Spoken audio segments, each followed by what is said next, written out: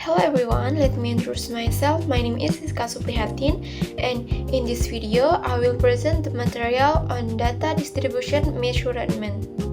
Ukuran penyebaran data adalah suatu ukuran, baik parameter maupun statistik, yang digunakan untuk mengetahui seberapa besar penyimpangan data terhadap nilai rata-rata hitungnya. Dengan kata lain, ukuran penyebaran membantu kita melihat bagaimana data menyebar, apakah datanya memusat atau justru menyebar jauh dari rata-ratanya. Semakin besar penyebaran data, semakin besar variasi yang terjadi. Sebaliknya, jika penyebarannya kecil, berarti datanya cenderung homogen. Ukuran penyebaran yang pertama adalah jarak atau range. Range adalah selisih antara nilai terbesar dengan nilai terkecil dari suatu data. Untuk data berkelompok seperti di tabel ini, kita melihat batas atas kelas tertinggi dan batas bawah kelas terendah. Di tabel tersebut terdapat 5 kelas, mulai dari kelas pertama dengan interval 3.850 sampai 10.450 hingga kelas kelima dengan interval 30.254 sampai 36.853. Rumus untuk menghitung range sangat sederhana, yaitu range sama dengan nilai terbesar dikurang nilai terkecil. Pada kasus ini, nilai terbesar adalah batas atas pada kelas tertinggi, yaitu 36.853. Nilai terkecil adalah batas bawah pada kelas terendah, yaitu 3.850. Sekarang kita masuk ke penyelesaiannya, yaitu range sama dengan batas atas kelas tertinggi dikurang batas bawah kelas terendah. Seperti yang kita ketahui bahwa batas atas kelas tertinggi adalah 36.853 dan batas bawah kelas terendah adalah 3.850 sama dengan 33.003. Ya, artinya penyebaran data dari kelas terbawah hingga kelas tertinggi adalah sebesar 33.003. Nilai ini menunjukkan seberapa jauh rentang data yang kita miliki. Kemudian, ukuran penyebaran yang kedua adalah deviasi rata-rata. Deviasi rata-rata adalah rata-rata hitung dari nilai mutlak deviasi antara nilai data pengamatan dengan rata-rata hitungnya.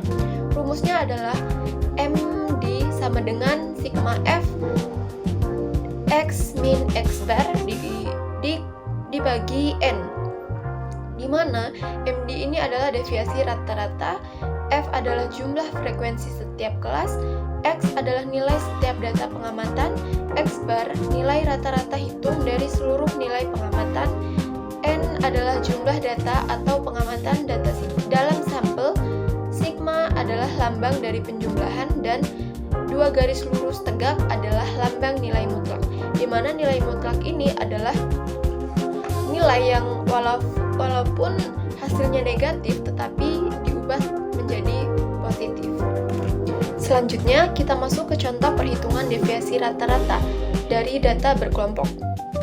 Pada tabel ini, kita punya beberapa interval kelas beserta nilai tengah kelasnya. Nilai tengah kelas atau XI ini nanti akan kita gunakan sebagai representasi dari setiap kelas data. Jumlah frekuensi totalnya adalah 20. Pertama, kita akan menghitung nilai rata-rata dari data berkelompok. Pada tabel, pada hasil penjumlahan nilai rata-rata hitung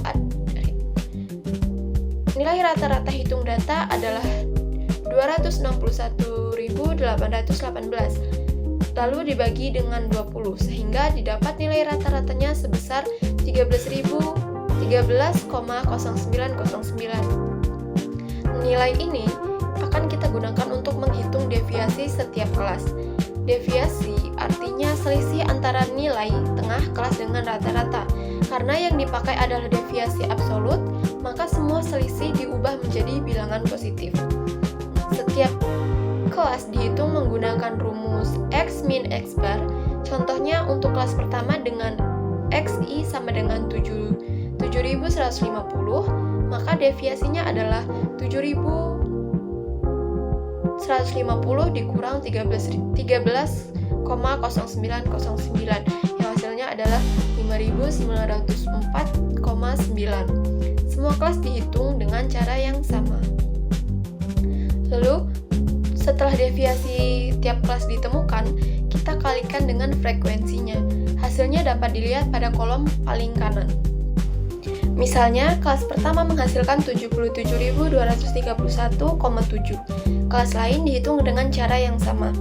Ketika semua kelas dijumlahkan, totalnya menjadi 154.463,4. Langkah terakhir adalah membagi total deviasi dengan jumlah data menggunakan rumus MD sama dengan sigma F X min X bar dibagi N, sehingga nilainya adalah MD 154.463,4 dibagi 20. Hasilnya adalah 7.723,17. Dan dari data ini, deviasi rata-ratanya adalah 7.723,17. Angka ini menunjukkan seberapa jauh rata-rata nilai kelas dari nilai tengah masing-masing kelompok data. Semakin kecil angkanya, semakin homogen atau seragam datanya. Semakin besar angkanya, maka semakin bervariasi datanya. Ukuran penyebaran yang terakhir adalah varians dan standar deviasi. Varians adalah ukuran yang digunakan untuk menunjukkan seberapa besar data tersebar dari nilai rata-ratanya. Dengan kata lain, varians mengukur jarak setiap nilai data terhadap mean, lalu mengkuadratkan dan merata-ratakan hasilnya. Varians dinyatakan dalam satuan kuadrat dari data aslinya. Rumus varians adalah S kuadrat sama dengan sigma F dalam kurung X min X bar kuadrat dibagi sigma F. Di sini F adalah frekuensi, X adalah nilai tengah kelas, dan X bar adalah rata-rata. Sedangkan standar deviasi adalah akar dari varians. Standar deviasi menggambarkan rata-rata jarak setiap data terhadap mean dalam satuan yang sama dengan data aslinya. Semakin besar standar deviasi, semakin besar penyebaran data dari rata-ratanya. Rumus standar deviasi sendiri adalah S sama dengan akar kuadrat sigma F dalam kurung X min X bar kuadrat dibagi N kurang 1. Rumus ini digunakan untuk sampel dengan N sebagai jumlah data. Nah, dengan memahami kedua rumus ini, kita bisa mengetahui tingkat keragaman atau penyebaran data dari rata-rata. Analisis varians dan standar deviasi sangat berguna untuk memahami karakteristik dataset sebelum mengambil keputusan lebih lanjut. Di sini ada tabel lanjutan, tetapi saya hanya akan menerangkan pencariannya. Di kolom interval memuat rentang nilai data yang dikelompokkan ke dalam kelas-kelas tertentu. Setiap baris mewakili sebuah kelas interval, misalnya 3.850 sampai 10.450 dan seterusnya. Pengelompokan interval ini bertujuan memudahkan analisa dengan merangkum data dalam rentang tertentu daripada nilai individu. Di kolom nilai tengah kelas adalah rata-rata dari batas bawah dan batas atas setiap interval. XI ini digunakan sebagai representasi nilai di kelas tersebut untuk mempermudah berbagai perhitungan statistik, seperti mencari rata-rata dan varians data berkelompok. Kolom F menampilkan jumlah data yang terdapat pada masing-masing interval kelas. Sebagai contoh, pada interval pertama terdapat 13 data, sedangkan pada kelas interval kelima ada 2 data. Frekuensi inilah yang memperlihatkan distribusi data dan dalam kelas-kelas yang sudah dikelompokkan. Kemudian di kolom nilai rata-rata hitung data adalah total rata-rata yang didapat dari perhitungan distribusi frekuensi dan nilai tengah kelas. Biasanya dihitung menggunakan jumlah hasil kali antara XI dan F dibagi total frekuensi seluruh data.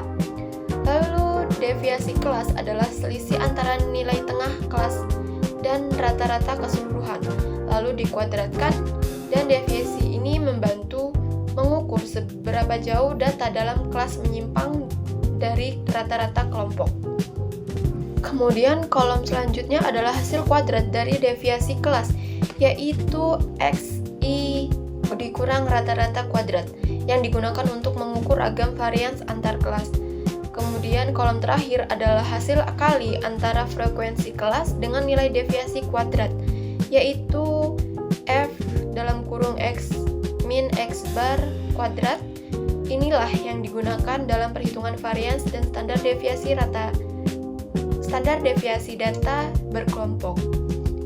Baris jumlah di bagian bawah berfungsi untuk merekap total frekuensi, total rata-rata, serta hasil penjumlahan F dalam kurung X min X bar kuadrat yang diperlukan untuk rumus varians dan standar deviasi.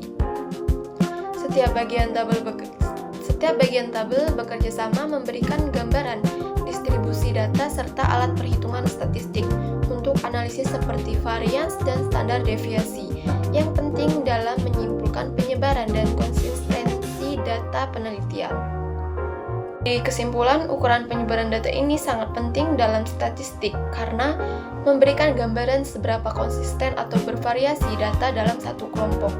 Jika penyebaran datanya kecil, maka sebagian besar data mendekati nilai rata-rata, sehingga hasil analisis cenderung lebih stabil dan dapat diandalkan. Sebaliknya, jika penyebaran data besar, berarti terdapat banyak nilai yang jauh dari rata-rata, sehingga analisis dan interpretasi perlu dilakukan dengan hati-hati. Thank you very much for your attention and time. See you in the next video.